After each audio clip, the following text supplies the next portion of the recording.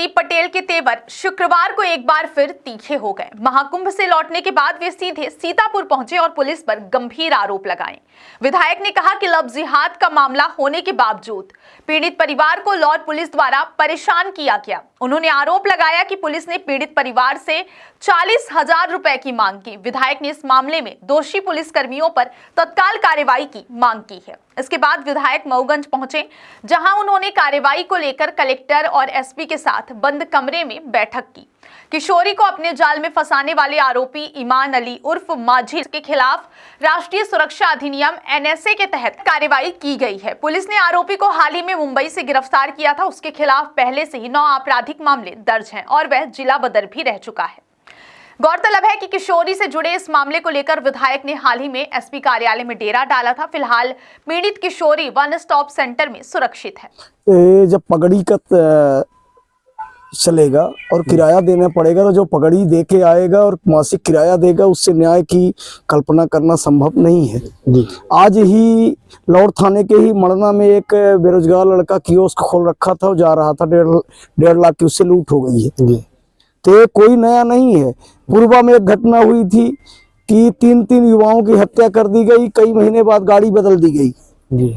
तो इसके लिए विधायक जी लगे हैं, लेकिन हम सोचें कि अकेले नहीं, सबको लड़ना पड़ेगा, साथ आना पड़ेगा। ये घटना आज की नहीं है, लगभग महीनों की हो गई है जी। और ये हर जगह का यही हाल है जी। यहाँ पीड़ित को न्याय नहीं मिल रहा है, न्याय बिक रहा है और न्याय लेने के लिए लड़ना पड़ेगा। कब तक लोग धरना देंगे?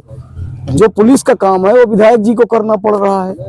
आपने देखा कि मुद्रिका कौल की हत्या में 715 दिन लगे और कई दिन अनशन चला, तब जाके न्याय मिला। तो आखिर पुलिस का काम, जनप्रतिनिधि रोज धरना दें, अनशन बैठे, तभी जाके जनता को न्याय मिलेगा। पुलिस कर क्या रही है और जो जिम्मेवार है जी, इनके जनता के तो ये साइट रिकॉर्ड करते हैं, इनका फोन सार्वजनिक किया जाए तो समझ में आ जाएगा जी कि न्याय क्यों नहीं मिल रहा है। न्याय का फोन अभी रिसीव नहीं हो रहा, तो जनता का फोन कितना रिसीव हुआ है आपको बतौर बहुत ही खतरनाक स्थिति है जी। अभी आपने एक गढ़वा का एक दिन देखा जी कि किस तरह से ऑडियो वायरल होता है और एक ही आदमी जी कितने तरह का रूप बदलता है। वही आदमी, तो आप समझ सकते हैं कि किस तरह से अपराधियों को संरक्षण देने वाला का गिरोह है। दुर्भाग्य है कि जो पीड़ित हैं उनका कोई संगठन नहीं है, लेकिन जो अपराधी हैं, अपराधियों को संरक्षक दाता है, यहाँ से लेके भोपाल दिल्ली तक इनका गिरोह सक्रिय है। अगर यहाँ का कोई अपराधी है तो उसका आका भोपाल और रीवा और दिल्ली में बैठा है उसको संरक्षण देने के लिए। तो अब जनता को खड़े होना होगा। और विधायक जी देखिए कि अपने संकल्प जो लिए हैं कल्पवास का, उसको छोड़कर यहाँ पहुंचे हैं। यही तो सवाल है कि जनप्रतिनिधि को वहां से आना पड़ रहा है और जो यहाँ पर है आपके क्षेत्र से चुने हुए जनप्रतिनिधि जनता का सेवक है जी। और संकल्प लेता है कि हमारे जीवन में जब तक सांस रहेगी तो मैं अपने लोगों के लिए पूर्ण ईमानदारी और निष्ठा से काम करूंगा। तो जब संकल्प लिए तो संकल्प की और उस व्रत की रक्षा करने की जिम्मेवारी जनप्रतिनिधि की है। विधायक जी ने अपने संकल्प को पूरा करने के लिए वहां से आए हैं। लेकिन अब सबको ही सोच लें कि विधायक जी भर, तो सबको विधायक जी के साथ मिलकर लड़ना पड़ेगा।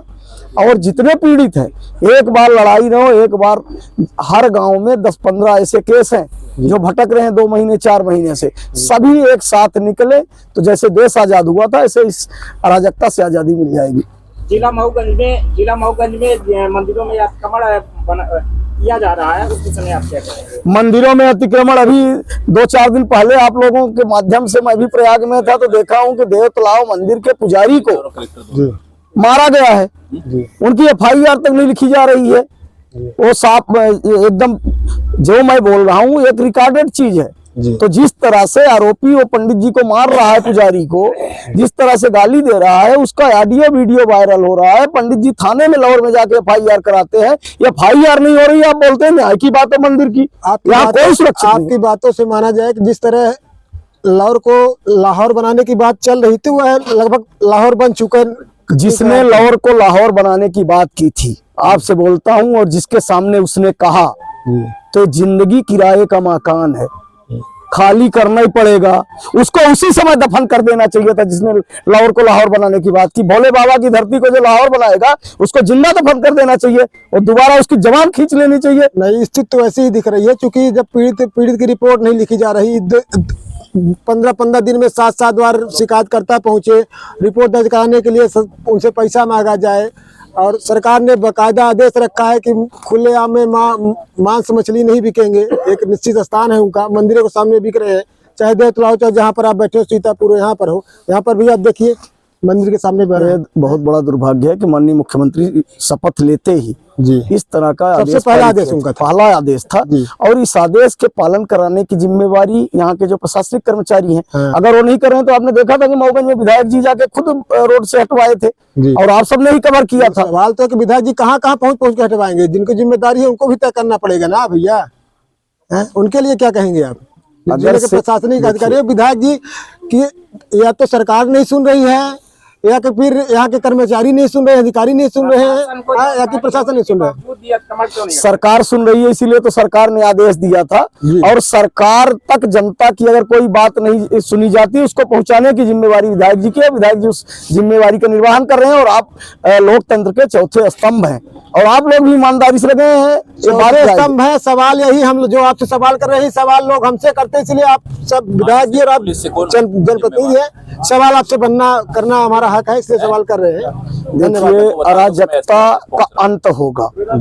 बाबर गया, औरंगजेब गया, तो जो भी अत्याचारी है, इनके अत्याचार का एक समय होता है। कंस जैसे अत्याचारी गए, दुर्योधन जैसे गए, तो ये जो अनैतिक अत्याचारी है, इनका भी एक दिन अंत होगा। इसको आज लिख लीजिए कि ये भी बाद में इतिहास बन के रह जाएंगे, इनका अंत होगा। धन्यवाद।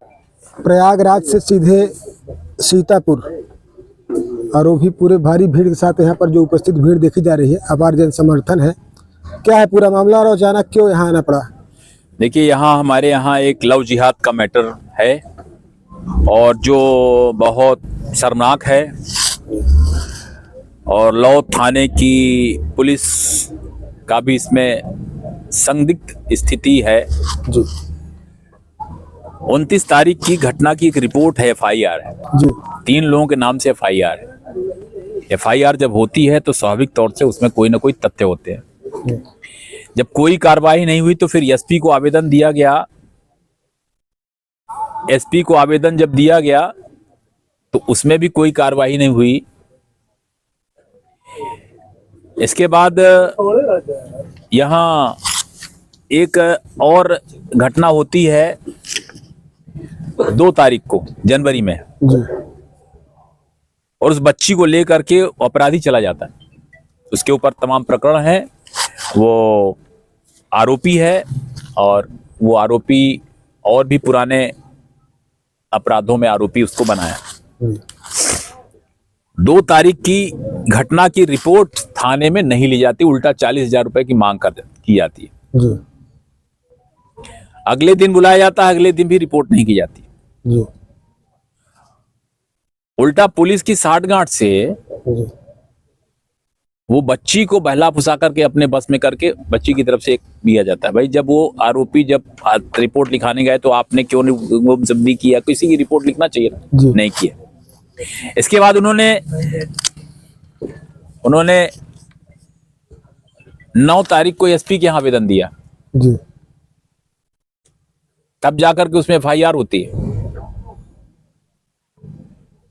FIR तो हो जाती है मगर वो बराबर परेशान करने के लिए यहीं पे बना रहता है जी। उसके आरोपी के साथ उसके घर परिवार के लोग, सारे तथ्य हैं जी। जिले में और इसमें जब यहाँ एक दिन हम जाते हैं, जब हमारे पास शिकायत आती है, मैं जब SP कार्यालय में बैठता हूँ, SP और कलेक्टर दोनों बीच में 3-4 घंटे बैठे, तब जाकर के पुलिस बाहर से जाकर के उसको गिरफ्तार करती। मतलब एक आरोपी को गिरफ्तार करने के लिए मेरे जैसे व्यक्ति को SP कार्यालय में 3 घंटे बैठना पड़ता है।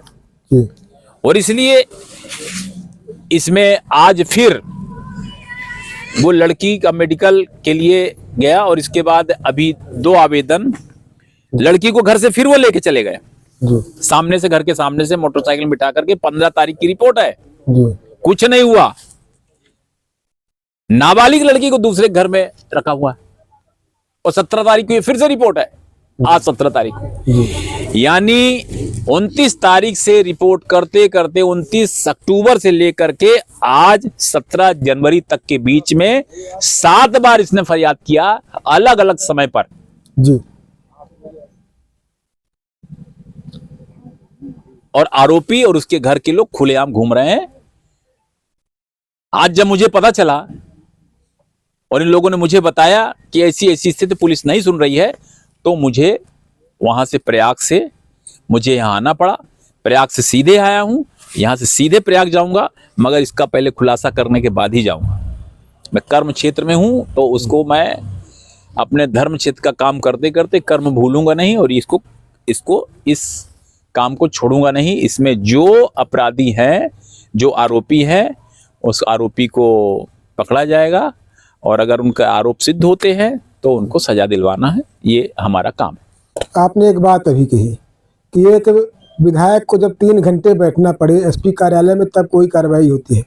जनता आपको चुना है या कि बगल वाले विधानसभा किसी को चुन रही है, तो जब आपके कहने के तो जनता कहाँ जाए? जनता की कौन सुनेगा? जिले में ऐसे हालात जनता ने मुझे चुना है जी, इसीलिए मैं जनता की आवाज के लिए प्रयाग से चला आ रहा हूं। जी जनता की आवाज को सुनना मेरा धर्म है और मैं अपने धर्म के अनुसार जो मेरे कर्तव्य है उसको पूरा करूंगा। चाहे मैं देश के किसी कोने में भी रहूंगा तो मैं अपनी जनता के लिए आता रहूंगा। जिले में ऐसे हालात कब तक रहेंगे सर? समस्या इस बात की, चाहे कलेक्टर ऑफिस हो वहाँ भी दलालों का बोलबाला है, चाहे पुलिस अधीक्षक का कार्यालय हो वहाँ भी दलालों का बोलबाला है, चाहे थाना हो वहाँ भी दलालों का बोलबाला है। बिल्कुल आप इसमें लगेंगे, आप लोग सब लोग इसको संज्ञान में देंगे तो मुझे लगता है कि इसमें कार्रवाई होगी।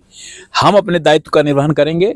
हमारे मीडिया कर्मी लोग, आप सब लोग यहाँ पे आए हैं, आप लोग भी। पीड़ित पक्ष का कहना है कि 40,000 रुपए मुझसे खुले तौर पर मांगा गया। मैं आपको उससे पहले महादेवन कांड में एक थाना लाहौर में एक आरक्षक है, वो बोल तौसीफ खान, वो तो मैं लाहौर से आया हूँ, लाहौर को लाहौर बना दूंगा। उस पर आज तक कोई कार्रवाई नहीं, सिर्फ जांच। कब तक ऐसी जांचें चलती रहे? जांच का पुलिंदा कब तक? आपको उसके साथ साथ जनता को थमाया जाएगा जिला पुलिस अधीक्षक के द्वारा। इसके लिए क्या करेंगे? मैं इसमें जो मेरे संज्ञान में आता जाएगा मैं वो सबके लिए काम करूंगा। धन्यवाद।